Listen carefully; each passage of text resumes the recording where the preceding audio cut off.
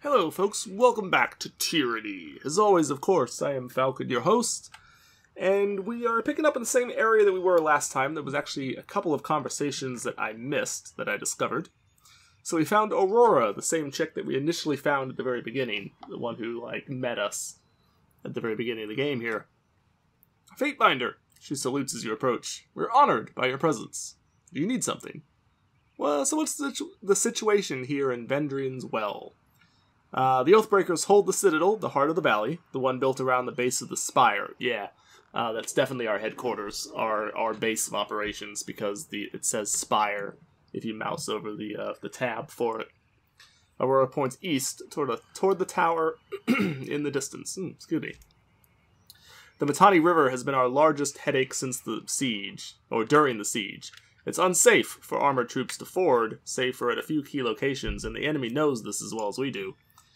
I know we'd be a lot further along if the Scarlet Chorus used its alleged strength in numbers to ford the river themselves and overwhelm the enemy. Aurora looks at Verse with a disapproving air.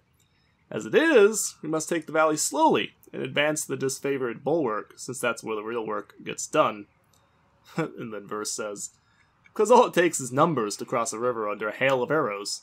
If the Disfavored were quicker to act, maybe the Vendrian Guard wouldn't even be so trained up to face us. So we have a couple of options. We have a lore option, which we can't do because we don't have 30 lore, unfortunately. We have the support Aurora. Aurora is correct. The slow advance will win out. We gain, of course, fear with Verse and favor with the Disfavored, or Verse has a point. There's been a lack of cooperation around here. Which gives us loyalty with her and wrath with the Disfavored.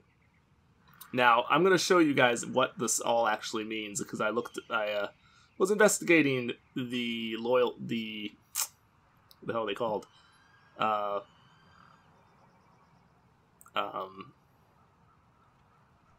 Reputations, there we go.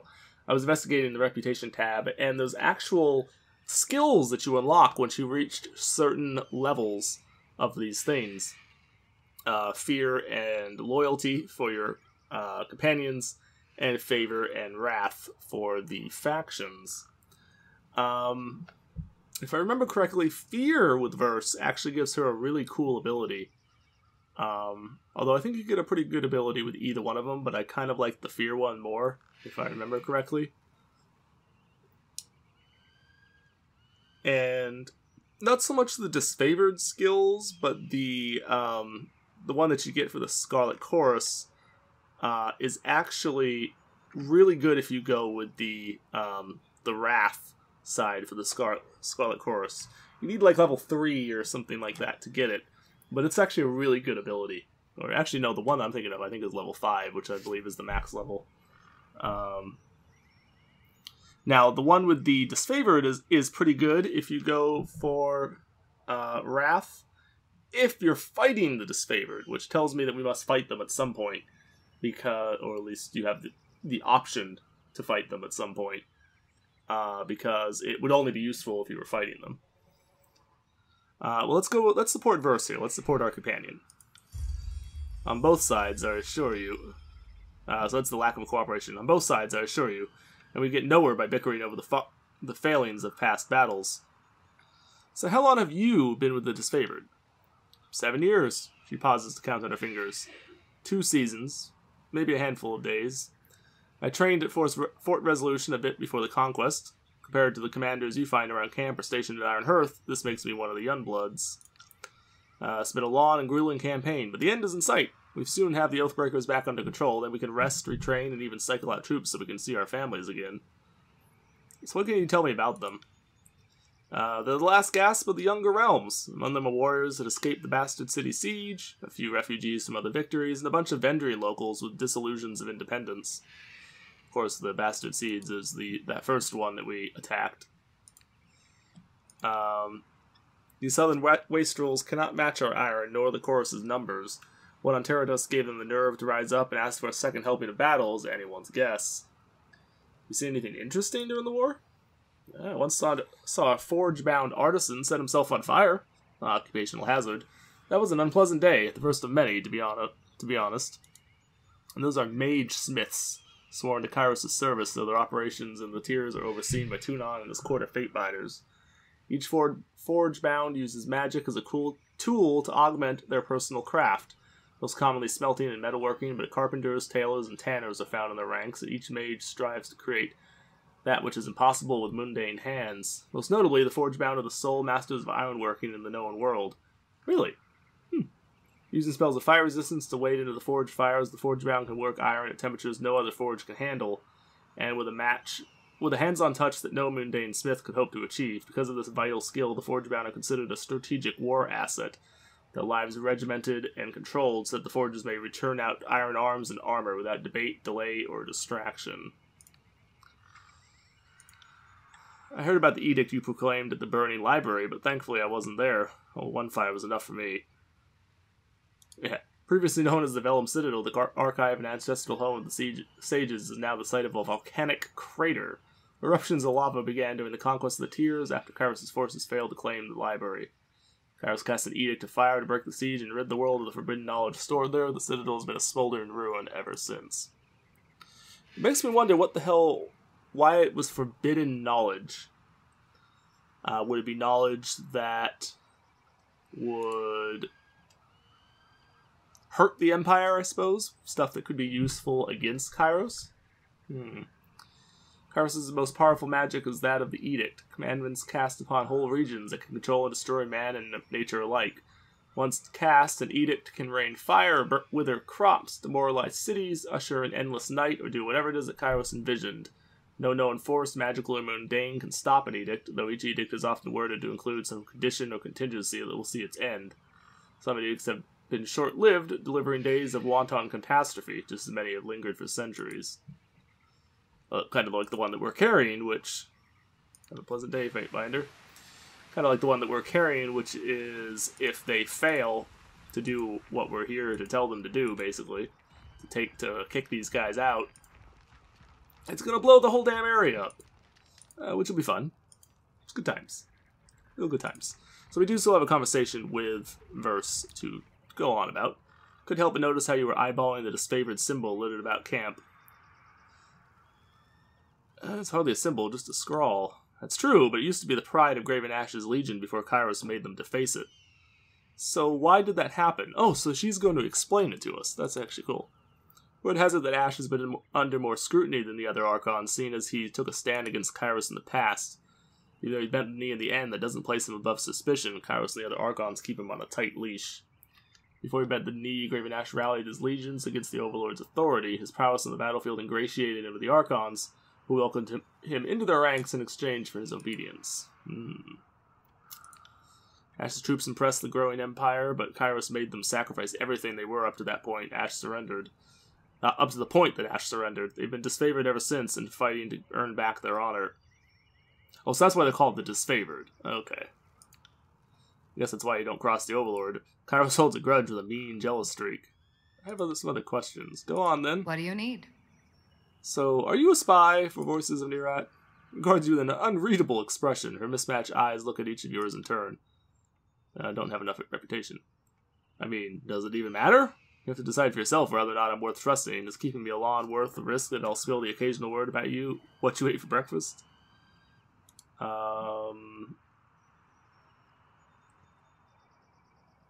Affects how they feel about you. Different abilities are unlocked for favor versus wrath, granting different rewards depending on how the factions feel. Okay. Voices of Nereid is the Archon of Secrets, not the Archon of Honesty or Faradalians. You know, assume that everyone already ports to him. You're not being careful enough. Fair enough. So tell me something about yourself. If you insist. I'm a Scarlet Fury. That should raise some flags for you. It means that I'm good at killing, and more importantly, that I enjoy it. Oh, good. What I won't enjoy are the pleasures of funerary rites packed with weeping mourners. Someday I'll fall in battle, and then they'll roll me into a mass grave or heap me atop a shit-stained wagon. One more anonymous, knife-riddled piece of meat. Fair enough. Until then, I plan to take whatever I can from life and have a little fun along the way.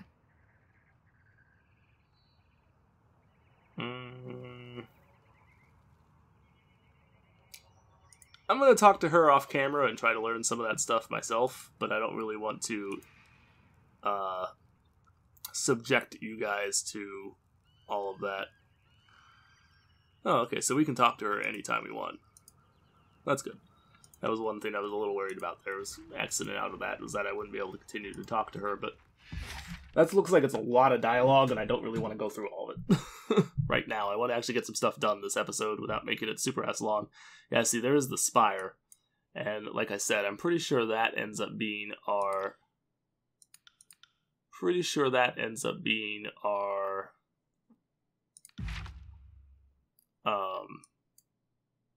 capital.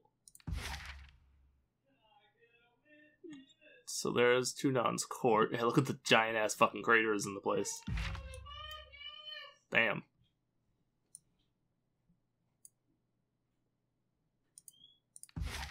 Okay, so we gotta go to the camp. Take 3 hours to complete your journey from the ruins to the camp. So how long did we have until this thing is supposed to blow us all to bits? Like, how long do we actually have?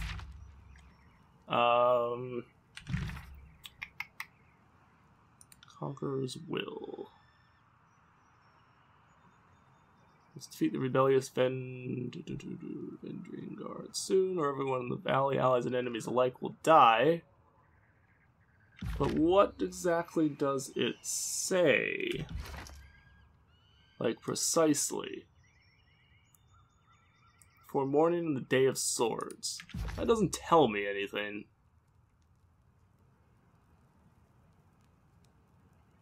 It's Judge's Day, but what the hell is Day of... What is the Day of Swords?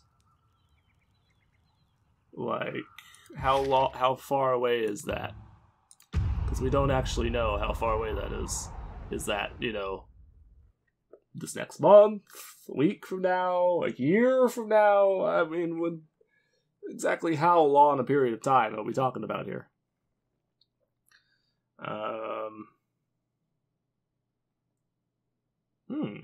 When using an area of effect ability or spell, target an enemy directly to have the ability to track their position. Makes it easy to hit moving targets. Huh. That's neat. Oh, another thing that I did off camera is I crafted our first spell. And apparently anybody can use spells. You just have to have sufficient lore to be able to essentially know how to use it.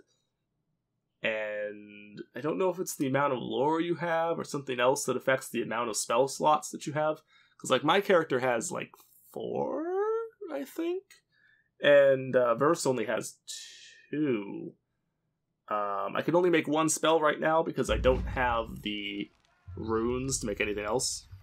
But if we go in and investigate... Now, that just went +1 on something. Was that just experience +1? Yeah, I think that was just experience +1. Anyway, so, I made this. The Charged Fist. Which is a shock versus endurance. It knocks enemies down, it pushes them, and it can interrupt them. And let me show you how you make something. So you select a core, in which case, at the moment we just have lightning, because that's all we got. The expression, which essentially describes what kind of thing it is. You know, if it's a fire spell, you know, is it a fireball? Is it a wave of fire? Is it, you know, a bolt of fire? You know, what exactly is it? In this case, it is Focused Intent, which gives us the Charged Fist. And then you can do these accents which affect intensity, range, you know, area effect, so on and so forth. Which we actually have some runes that will do that will change those things. But I don't have the lore to learn any of them. Because I need 30 at the minimum for a couple of them, and then 35 for others. Obviously, we're not there, so... Nope. Slow down a moment. I know we're both eager to watch the Archons bicker over tactics like a pair of magpies, but I need to ask you something first. And what is that? Borsa Nerat told me that you come as a mediator. Considering the source, well, I can't help but feel I'm only hearing half the story, so let's have it out. What's so special about you? Here to deliver an edict. That'll give us extra loyalty. Oh, I need to show you the stuff. Lore, which we don't have. I have nothing to tell you. What else has he told you? We can do some subterfuge. Oh, that actually could be good. I'm going to actually use that because this will gain us extra subterfuge because we're using a skill. So, did Voices of Near ask you to spy on me? Gained some loyalty and gained subterfuge experience. At a loss for words, Verse regards you with momentary unease. Well, are you even surprised? He's the Archon of... He's the Archon of Secrets. Knowing in advance is his business, so snatching up an advantage over Graven Ash. Those two compete like a couple of new recruits for a spot around the fire. It's nothing nefarious. The Voices are just curious why you're here. If you wanted to know more, you wouldn't be able to suss it out that easily. He would have sent one of his scarier peons in my stead. Well, what exactly has he told you? Only that I could find you at Edgering Ruins. Truthfully, I could have packed you out of a... Truthfully, I could have picked you out of a crowd. You're the only one of us who hasn't spent the last few months bathing in the stink of the Mutani River. She laughs, but there's a forced nature to it. Very well. Here to deliver an edict. That makes a crazy kind of sense, considering how long the siege has taxed the armies. I can understand why Kairos would send you with an edict to speed things along. Have you read it? Do you know what it says? Traditional throne room of the Queens of Apex. The throne stands directly beneath the mountain spire in the center of the citadel in the valley of Vendrian's Well. During Kairos' conquest of the Tears, he stood in the Ascension Hall as Kairos' representative when negotiating the surrender of Apex. Your patient efforts led to the willing surrender of Queen Vendrian Atlanta. By the Day of Swords. Oh, okay. The 26th of every month, or span, is Kairos' day. It is a day of holiday and rest for all within the Overlord's empire. Each Kairos day is the last day, the day of its span, and is referred to by the span's name. Kairos' Day of Swords, therefore, is the 26th day of the span of swords. Oh, so that's only a couple days away. Oh, shit.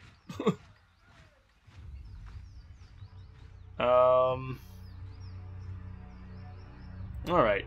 Now look, we have to claim the Ascension Hall by the Day of Swords, or everyone will perish. One more thing for the Archons to fight over. Well, thanks for cluing me in. If Kairos sends any lightning our way, just tell me when to duck.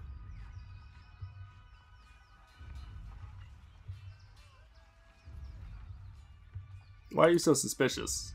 Just a feeling I got. When the Archons are together, the air gets as taut as a bowstring. I can't help but think that no amount of compromise will get them seen eye to eye. So why invite a mediator from Tunan's court? This doesn't add up. Why are they at odds? I've been with the Scarlet Chorus since the early days of the Conquest, so I can say it's been building for a few years now. There's an energy about those two, like a pair of storms moving to collide.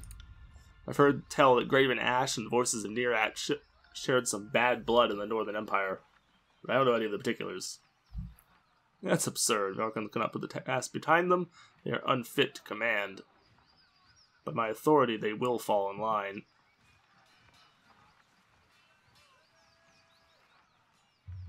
If they can't put the past behind them, they are unfit to command. Quick to anger, are we? Not disagreeing with you, but I would take care where you speak your mind. Someone is always eager to report slander to their favorite Archon. With all the power they wield, these types are not quick to forgive. Alright, so what are we at with her? Loyalty 2, Fear 1. I wish I could look at the things again, because I want to know what we need to get to use the different abilities. Let's work a little bit on loyalty. I really should be meeting with the Archons. Well, the War Tent is just past the center of camp. She nods towards the northeast. One last thing. Be careful around these disfavored types. They take their work seriously, and most have suffered too many blows to the head. Harsh. Alright, so... Where is it? Reputations. There we go. Okay, so... I'm going to go over the things with you real quick. The Scarlet Chorus. If you have favor with them, you'll get a passive Merciless. Gives you extra hit precision on targets below 35 health, so when something's weak. Or at level 5, when you get Visage of Terror, which will root and terrify enemies for 6 seconds in a big cone, which is pretty cool. Now the Wrath with them will give you defense against bleeding and burning attacks, which is pretty damn good, or a very damaging bleed attack that does just a hell of a lot of damage. 46 to 62 raw, which means it is not reduced by armor, it's not reduced by defenses, it just hits, period. Which is pretty damn good. Disfavored. Stand together, a resolve buff for groups, for the people around you, or a shield that you can put on somebody for 30 seconds that protects against quite a bit of damage. Or you have a shield for yourself, or immunity to Ash's Aegis. Now this is the one that I said this will only be effective if you're fighting them, which tells me that at some point we must be fighting them, because it severs the bond between Graven Ash and any disfavored of the target area, preventing them from receiving the benefits of Ash's Aegis. And that would be the effect that heals them and protects them and stuff. So there would be no point in having that if you don't fight them at some point. Now, Vendrian's Guard, we can get a hit precision buff, or a Sun Spear, which is a straight line piercing, so it goes through multiple enemies, fire effect. Oh, I guess pierce is a type of damage, but it goes, proceeds through multiple enemies. And will sunder and burn them. Sunder reduces armor, and burn is, burn damage. And then there's Unnerving Presence, which reduces the passive, so just all enemies around you receive a penalty to accuracy. That's pretty badass. Or a Drain that reduces their stats and buffs yours. Alright, so versus stuff. When we hit level 3 here with her, we would get Death from Above with Loyalty. And this is, I launch her into the air. I actually have to open it out here. Launch her into the air. And she does a ranged, pretty damaging, very damaging because of the armor penetration attack that will just, do Death from Above, basically. Combo move. Or Fury's Rage, if you rank up the fear enough, which is a fire melee attack, like AoE around her, that does quite a substantial amount of damage, which is pretty cool. And then there's no abilities associated with Graven Ash and Voices of Nearat, but their reputations go up when you're based on what you do with the Scarlet Chorus and Disfavored, along with probably direct interactions with them, but it's also affected by their various groups underneath of them. Alright, so we've got some random soldiers for the Disfavored, and you. This is robbery, this is Kairos' law. Oh, what's going on over here? Hail, Fightbinder! Disfavored scout nods at your approach. Camp's on up ahead. Don't mind us, just clearing out the rabble. So I don't understand what I've done to offend. I respect that these are now disfavored lands, and I'm happy to give the Legion a proper toll, but she's going on about trading rights. What nonsense is that? I'm not allowed to trade one thing for another? It's not like I'm selling weapons to angered peasants or anything of the sort. You're on disfavored land. They have every right to kill you. You should be more thankful they're even listening to you speak. The Overlord regulates all trade. If you lack the proper permits, your goods are forfeit. That's not my concern. Let them do it. That would raise our favor with them, but at the same time, enforcing the law is essentially our job. That's what we do. That's what a Fatebinder is. We are the judge, jury, and executioner, if it really comes down to that.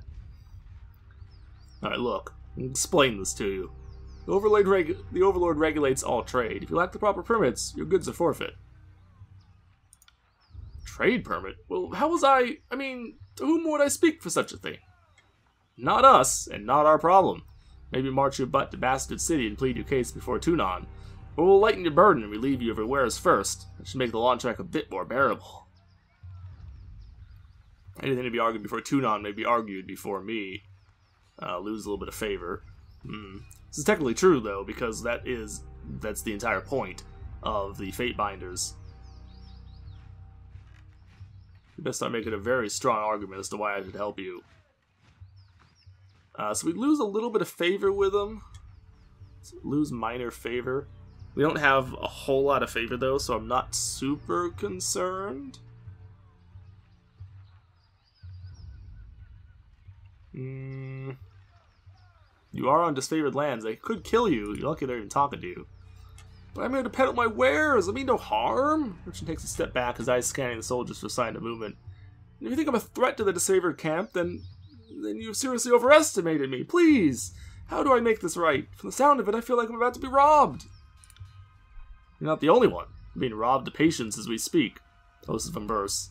We should move on, Fatebinder. Petty disputes are beneath us both. Robbed? No, you fool. You're being granted life after trespassing on our lands, all for the simple price of what's in your cart. Not our fault. You don't have your permits in order. Don't write the rules, I just ruthlessly enforce them. Please, Merchant lurches toward you, eyes wide with desperation. Can you do something? You better make a very strong argument. What's there to discuss? We should kill this mongrel, and the warrior pauses, placing her hand in front of her mouth. If the Fatebinder wishes to weigh in on the matter, courtesy demands we listen. The soldier clears her throat, looking at you expectantly. This is a disfavored matter, but I know the agents of the court do so love to throw their judgments around. Well, you could rob me now and have my supplies today. The merchant grabs a flask from his cart, or you can leave me alive and have fermented honey all year long. I even know a few family recipes for painkillers and healing draughts, certainly any army will need those. He uncorks a small ceramic vial, and the aroma of cloves and lanolin assaults your nose. These are essential goods to the war effort. You should leave the supplier intact.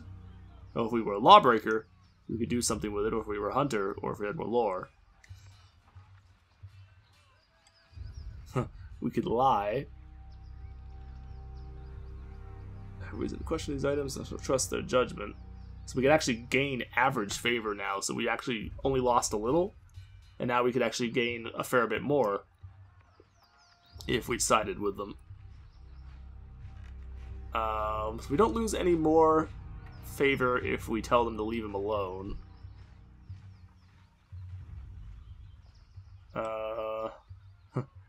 I like that there's special things based on what our background was. So if we were a lawbreaker, we'd have something. If we were a hunter, we'd have something. I wish we had the lore one, though, because I really need to up my fucking lore score. It looks like 30 is like a magic number for lore that you really need to be able to do a lot of stuff. I wonder what we would get out of it if we do this. I'm kind of tempted to do this because I really need some more subterfuge. But...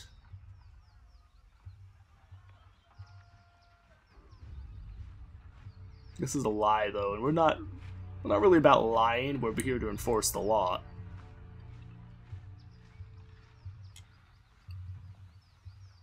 This is true, though. You are providing things that could be important for the supplier. Or these are things that could be important for the army. Alright. These are essential goods to the war effort. We should leave the supplier intact. He has no permits. You're allowing this lowborn wretch to profit when he should toil like any other conqueror tiersman. Fatebinder. It is your right to settle disputes when we lock horns with the chorus, but you have no authority on this matter. They have the authority to write him a trade permit. Trust me, you'll be of use to the Legion. Lose more favor. The disfavored will tolerate your presence, but you will pay them handsomely for such charity. Leave this card as a gift for Graven Ash and leave and never come back. Huh. Athletics. Step closer. Are you questioning my judgment? Gain minor wrath and lose some favor. I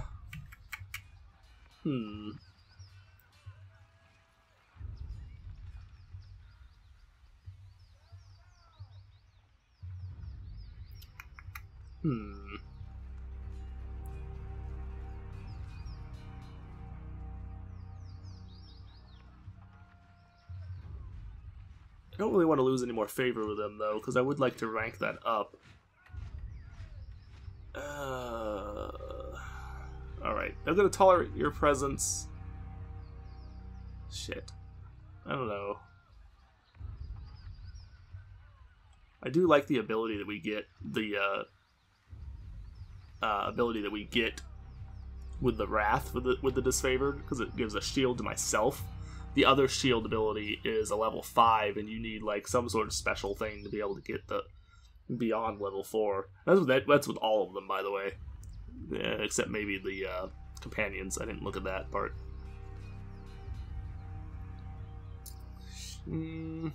Alright, we're just gonna go with this. They'll tolerate your presence, but you will pay them handsomely for such charity. We will? The favorite soldier clears her throat with a cough before repeating herself in a more upbeat manner. I mean, we will! It sickens me to make exceptions for this vulture, but if you'll supply the disfavored without profit, perhaps this indiscretion is for the best. It's not like a larder's overflowing. A work slave to scrounge provisions would be an asset. Thank you for interceding on my behalf. I know my life will now depend on showing the disfavored due gratitude for suffering my presence. I must grovel a bit to earn my duly grain. So be it.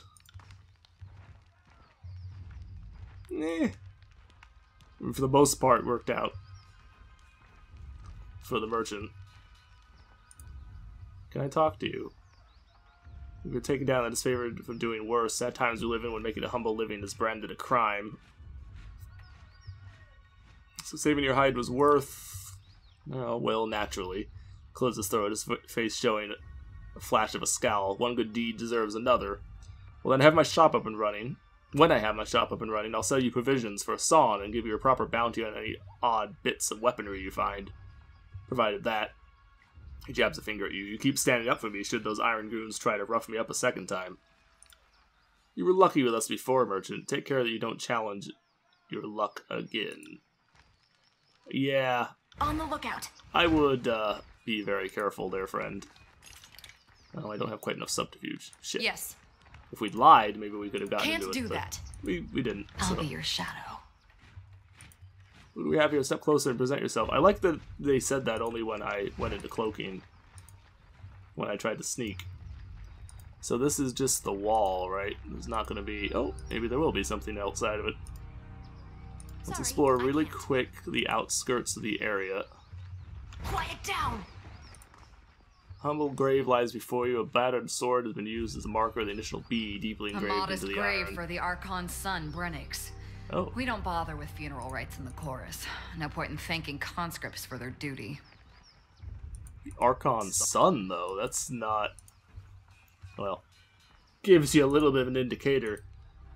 Doesn't even consider the Even the Archon's son isn't considered to be anybody of any particular import. Well, look at you. Our gatecrasher from the court is still in one piece. The guard pounds his chest in salute. Welcome to the disfavored camp. Always happy to have an honored ally pay us a visit. So this is when we took down the gates of judgment. Past separating the tiers, the treacherous scree stones. It's when you're part of this first glorious assault. Have you joined with the disfavored phalanx you fought along the mountain slopes, proving your worth along the mountain slopes, or proving your worth alongside the ironclad soldiers. Those who fought with you finally considered you one of the gatecrashers, the veteran that can boast having seen the war from day one.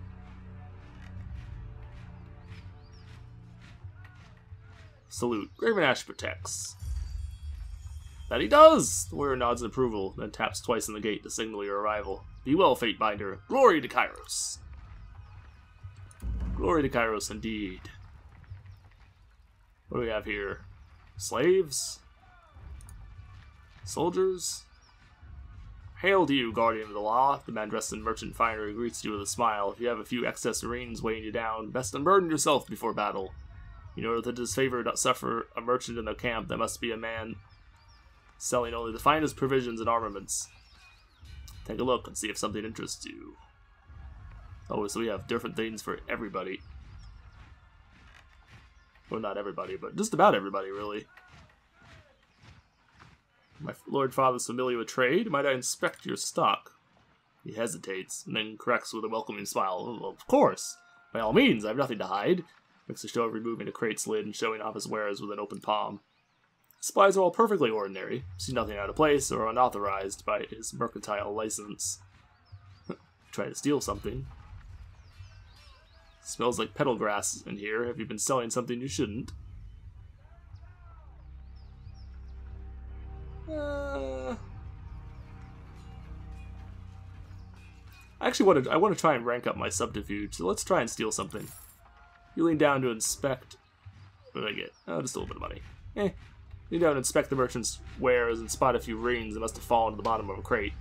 Shift supplies aside during the course of your inspection. You make a point of palming the rings, confident that they won't be missed. The merchant pretends to not observe your actions, but a momentary flash of disappointment is evident in his eyes. Oh, he saw me. So how'd you come to work with the Disfavored? Hard work and good supplies. When Tunan's men came to my village, all the merchants were given different lists of what they were or were not permitted to trade. He smiles, hands on hips, and Kairos' wisdom. My records must have been a good one, because I was given the right to trade in all manner of goods, most importantly, arms. Not a lot of merchants can legally sell weapons. It was like that even before Kairos. Let's see your wares. You might have something you like. Okay, so I have one particular thing I want to sell, which is that, my old axe and the head wrap. That's both. Neither of those are terribly useful to me. I can't really do anything with them. So I'm going to get rid of them. Brotherhood Stout. Oh, gives some buffs. Pretty good buffs too. Cool. Ooh, a Sigil of Frost. Oh, we need that. We need that. Unfortunately, I don't have a lot of money.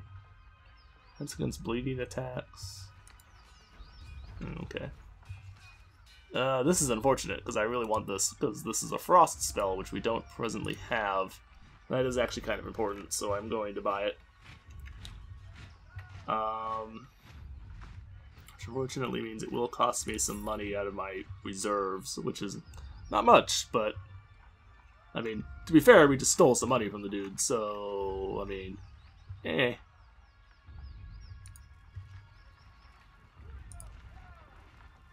That was a good. Got no time to chitter. Too much armor to mend. Speak to Uncle Pentabor if he agrees to trade. Oh, so you're related.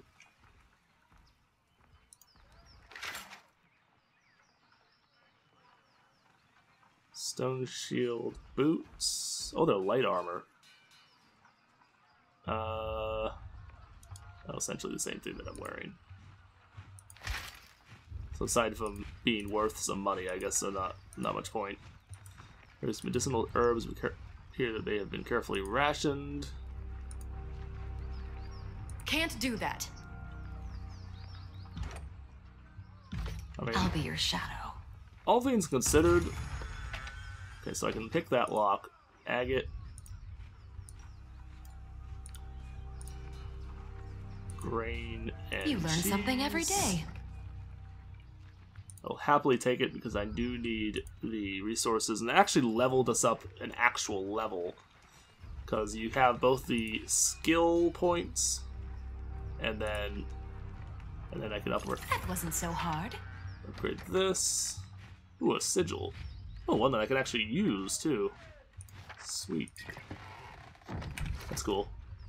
It's not been very many of those that I can actually fucking use that I've found, so let's learn that. Well, we do have the... Where is it? Oh, we can learn these now, too. My lore went up a little bit. Where's the... Oh, it's in my inventory. Oh. Frost one. There we go. Oh, my lore has now gone up enough that I can learn these from the, learning the other things, because you get experience from learning the stuff. So you gave me a bunch of lore experience as well. Just gave us a ton of lore. We just got a shit ton of lore points from doing all that. So my lore was like 28 before, now it's 37. Just went through the damn roof. So we can make a frost weapon now. Distant impact. Focused intent. So what does distant impact turn it into? Rime spike. Massive frozen spike of ice with the ground under the target's feet, impaling and freezing them. Oh, interesting. Or frozen grasp. envelop a target and leave them frozen, but it's short-ranged. Yeah, comparatively, anyway. That also does a shit ton of damage, too. Wow. In comparison. What about this one? Electric Jolt. Shock. Pretty cool. So this gives you an idea of how you can kind of craft your own spells. So let's do Rhyme Spike, and let's do the... Oh, see, that actually increases the amount of lore it takes. Putting the Sigil of Strength on increases the amount of lore that it takes by quite a bit. So it actually is so much that I can't use it. But it increases the damage by a fair chunk. That would increase the lore, increases the range. Yeah, see, this is what they were talking about, increasing the AoE of it.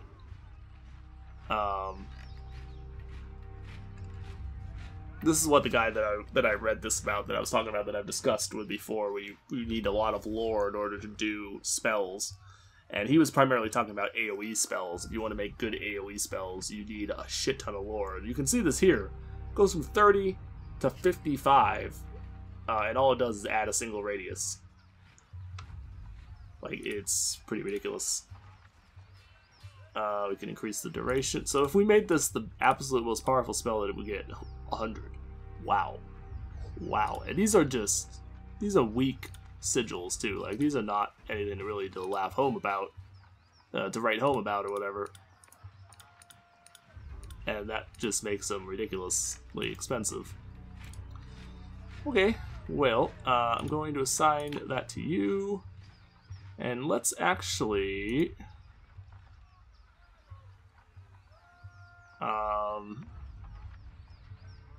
because she only has 2 things, so let's make it the Electric Jolt.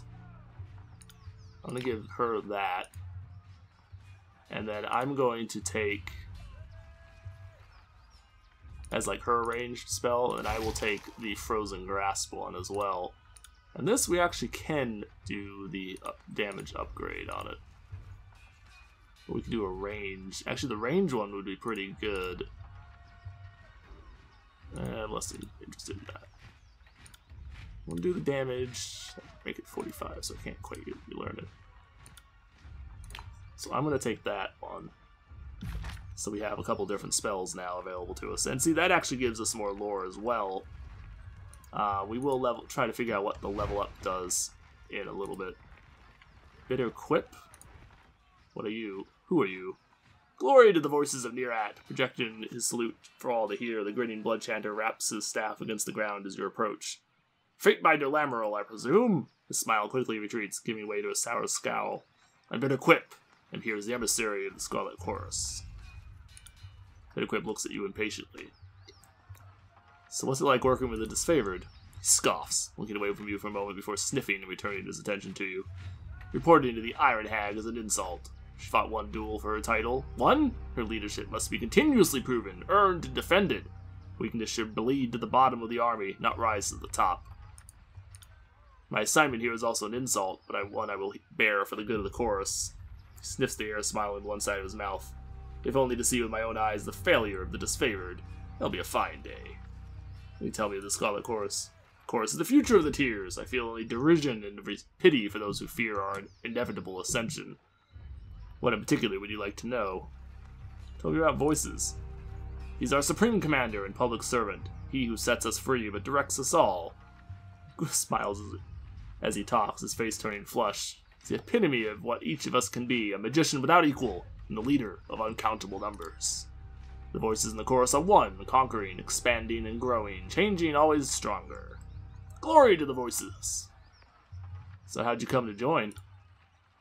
The doctrine of strength speaks to me, and I answered its call, as did some of my arcane peers. I took to the chorus almost instantly. Like most, I cried not for the life of comfort lost to me. My magic invokes fear and terror, and I easily established my dominance over a pack in my early days in the chorus. If you're so curious about it all, perhaps you should visit our camp and see for yourself. So what's your role? I'm a blood chanter. My magic can turn the will of man in the tide of battle. I've held command for 3 years now, though being forced to keep an eye on the Disfavored is not the reward I envisioned for my service thus far. Sounds like you like voices. Blinks several times and scowls, saying nothing. That's all for now. It's like, yeah, sounds like you like your boss. I'm not even going to answer that, because of course I like my boss. If I don't like my boss, I probably get blasted into cinders. So, considering, you know, mage and all that. They won't. And I can't imagine that the Archons take that. kindly in any way, shape, or form to somebody questioning them. Or, you know, trying to argue with them or whatever. Don't see that going well. Make a portion of game simmers in a large copper pot. Fragrant spices attempt to mask the potent smell of whatever creature they decided to cook. So we take some more loot. What do we got? Okun's bronze sword. I'm actually going to put that in my inventory because I want to. Number one, I want to compare it to what I'm using, and number two, see, it loses the armor penetration, but it does a little more DPS because it has a better recovery time. Also gives some accuracy. Well, I lose some DPS if I switch the hammer to this. But that's primarily because of the recovery time. And it would actually probably increase my overall DPS.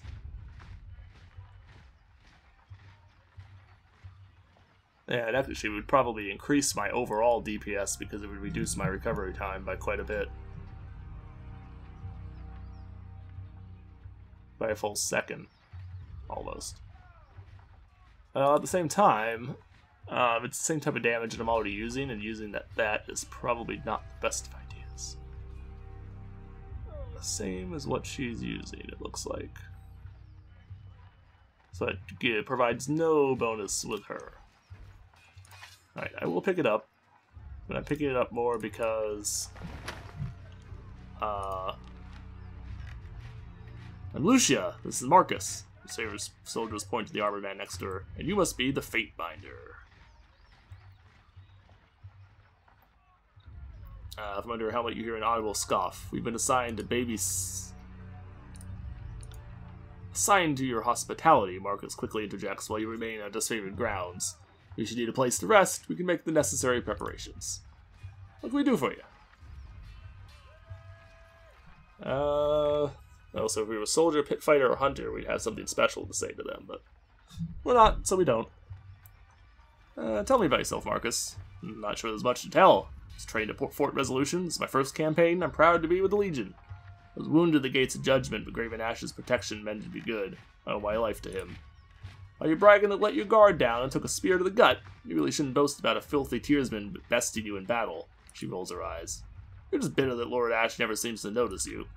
In all seriousness, I would take that spear again if it brought honor to the Disfavored. Kyrus knows we could use it, but the elite fighters of the Northern Army, but somehow, we still lack the Overlord's confidence. Tell me about yourself, Lucia. I do this. She unenthusiastically lifts up her heavy shield. And I do this. She mockingly stabs at the air with her spear. Plain host is not my strong suit. Ignore my sarcasm. I've seen the Legion through my share of the campaign. After so much bloodshed, our pretenses of honor can wear me down. North is my home, and I consider each and every one of the ironclad bastards in this camp to be family. We'll find another army where each member of the Phalanx is beloved and cherished as the next. Well, you guys are definitely more of a family. The fucking chorus, they don't give two shits about about each other. They murder each other just for the hell of it, for their pecking order. So, oh, you certainly seem handy with a weapon, Lucia. Oh, no reputation. No thing or two about spitting foes who are stupid enough to challenge me. What of it? Easy, Lucia. We don't punish curiosity here. No need to fly off the handle on the basis of a simple reflection. They train us well, Fatebinder. The Archon makes sure that our potential is realized before we reach battle, so most of us keep a cool head when we see action. He looks at Lucia with a frown. Most of us, I said. How have your skills fared in battle against the Oathbreakers? Again. Wait, is this all a ruse? Did Tunon send you to test the army's training and grit? Because I won't stand for it. You calm the fuck down, you tangled fishnet of nerves. This is after how many head wounds you took last week? Stop looking for enemies behind every shadow. Guarantee you'll be disappointed. So what's it like serving with the Disfavored? In spite of our name, the Legion commands more honor than any military on the face of Territus. Unlike the course, there is tradition, discipline, teamwork, and unity of purpose. There aren't many of us, but it's better that way. We're a tightly knit family bound together by trust and glory. Accurate enough. After seeing the disunity and bickering of the younger realm's defenders, I feel lucky to be the most agreeable Legion of Kairos host, even if we're not always the most efficient. They boast so much honor, why are they disfavored? Afraid that isn't for me to say. Others around camp might be able to tell you more, but I don't freely discuss the great general's history to outsiders. But you'll say that it involves the great general, which is already a telling clue, idiot. Yeah, drat. At least the Iron Marshal wasn't within earshot. I'd be washing my mouth out with wormwood. I'd like some training. Of course, Fatebinder. Oh, he can train us. Cool. Which is the cost? Only copper rings. Nice. Not really terribly interested in two-handed weapons.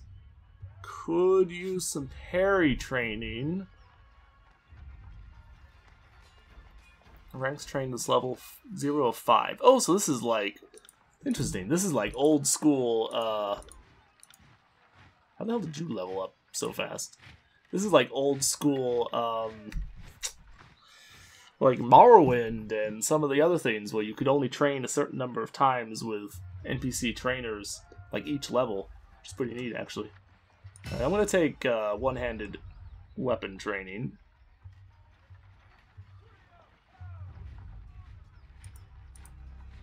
And maybe some parry training? Let's do get one-handed up some.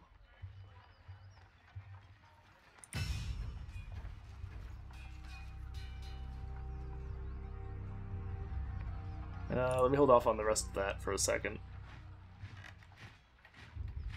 So you're training up a little bit more. Alright, what about Lucia? Because she could train me too. So I'm going to break some of the monotony. Dodge, athletics, and throwing weapons.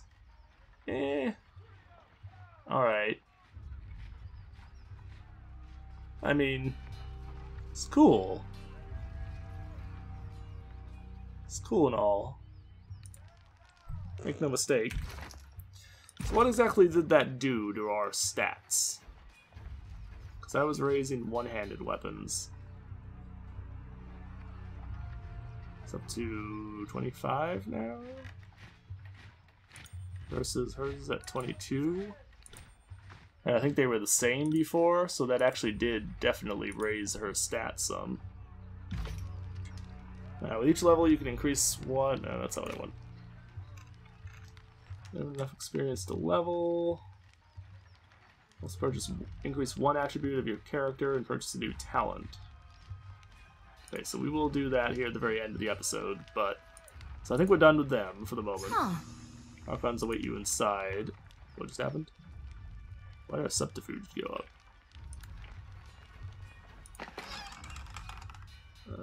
Garnet and a healing potion. You took a bunch of healing. You You used a lot of healing potions before, so I'm gonna label that up a little bit. Barrack. He's probably another trainer. Imbued Rod of Strength. Two-handed weapon. Not interested. Not terribly interested. Prison. Sorry, I can't. Looking for loot, primarily. Subterfuge. We have sufficient subterfuge to loot it, too. Nobleman's Hat. We lose some deflection, but we gain some recovery. And that's all we can see.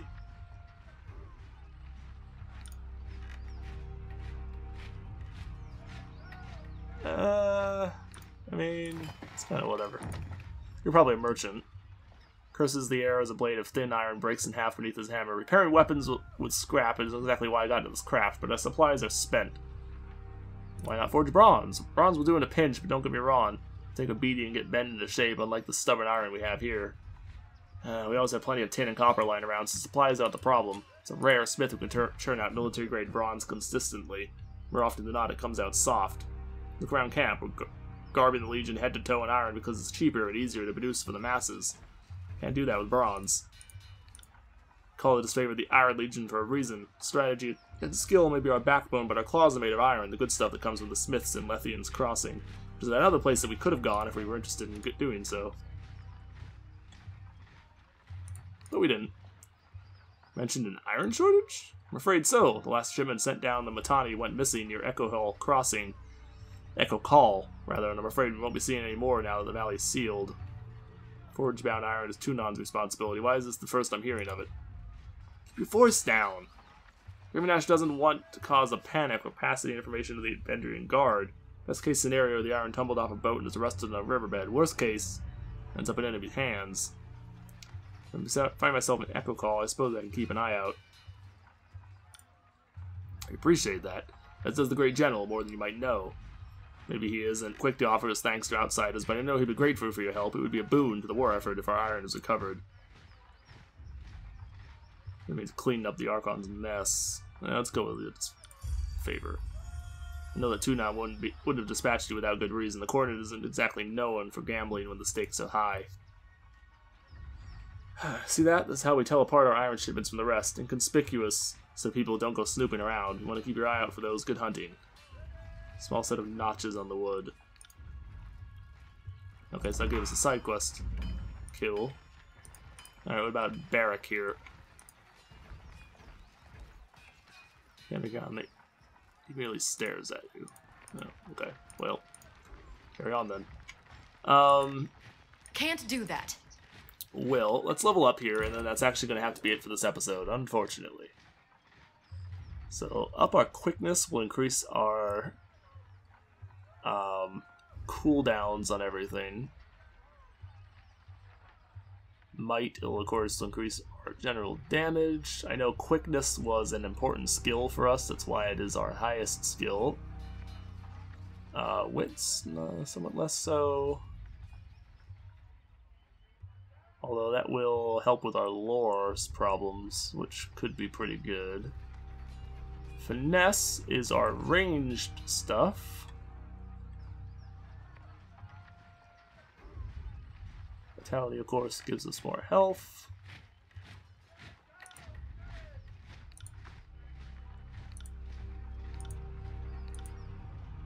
So that would up our parry, our bow, up our dual wield a little bit.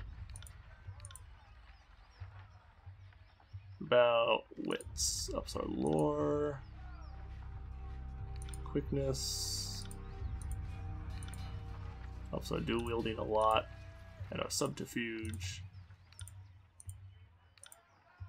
Might be down for that, and might is other things.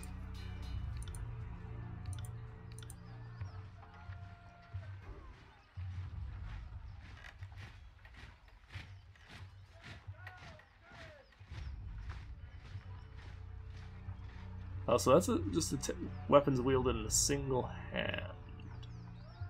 So I don't know if one-handed weapons helps us or not with us using dual wield. Because they are one-handed weapons.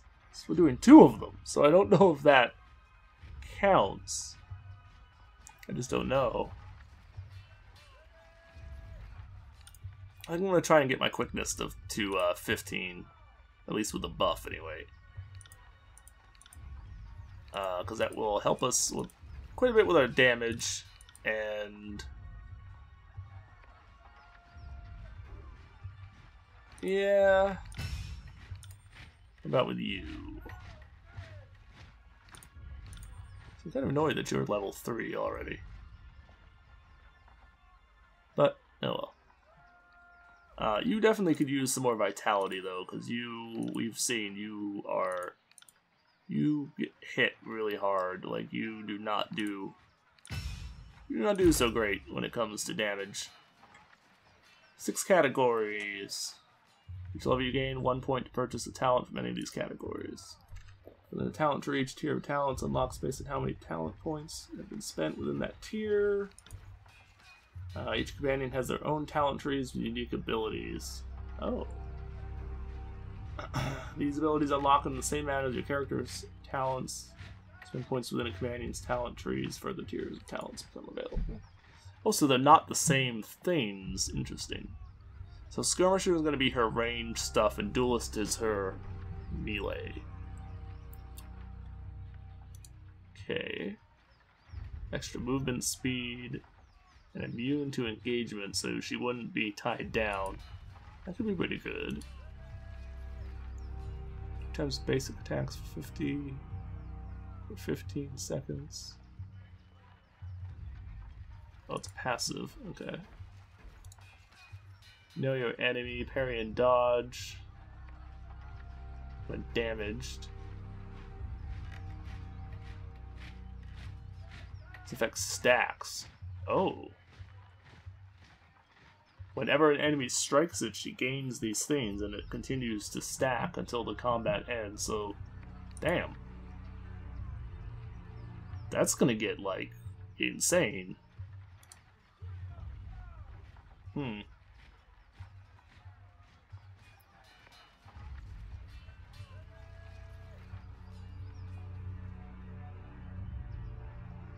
Cover is reduced, health increased, and will reduced. So why would you want to do that? I don't know. That doesn't seem like a very good idea.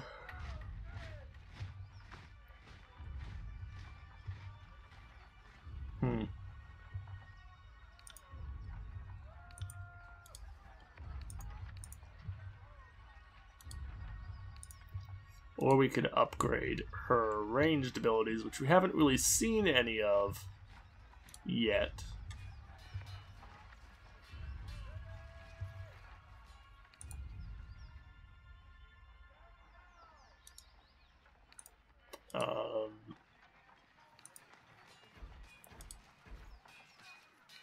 Gain a bonus to dodge. Let's take Know Your Enemy, because that sounds pretty damn cool.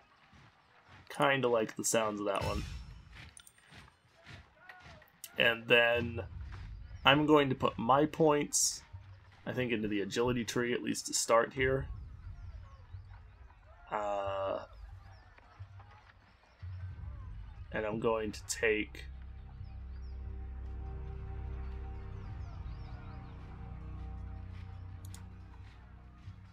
Seeker's blind? No. So you don't say... Oh, blind, there we go. Accuracy reduced by 30. Oh, okay, that's pretty good, actually. The thing is, I would like to be able to start getting the dual weapon masteries, and we need another point in this to be able to get to it. So...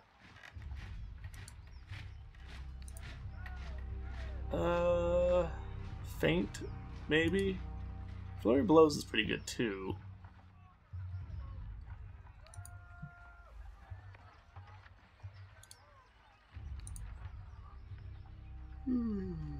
Oh, damn. I'm getting, tired. Apparently. Now we need to be level 3 before we can use leadership stuff.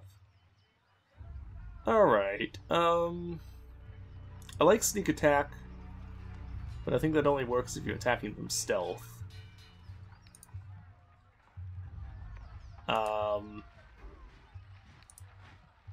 Which is cool, but...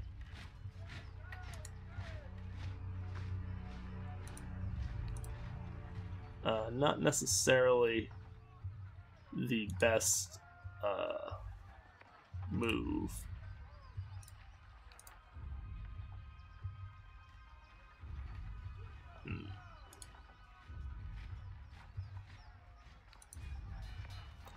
Alright, let's take Feint, because I think being able to use that debuff on them might be pretty good.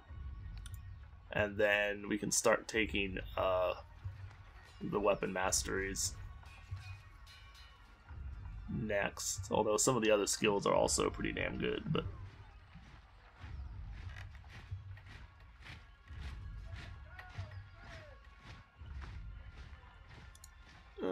also pretty damn good, but...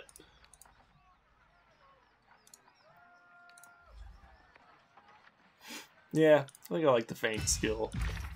And then this is just updating our quest stuff. Okay, Unfortunately, that's going to have to be it for this episode, because we've once again gone a little overboard. I might actually have to edit some of this down. Either way, I will see you folks in the next episode. So take it easy, thank you for watching, and have a good day. Let's save over this spot. Bye-bye, folks.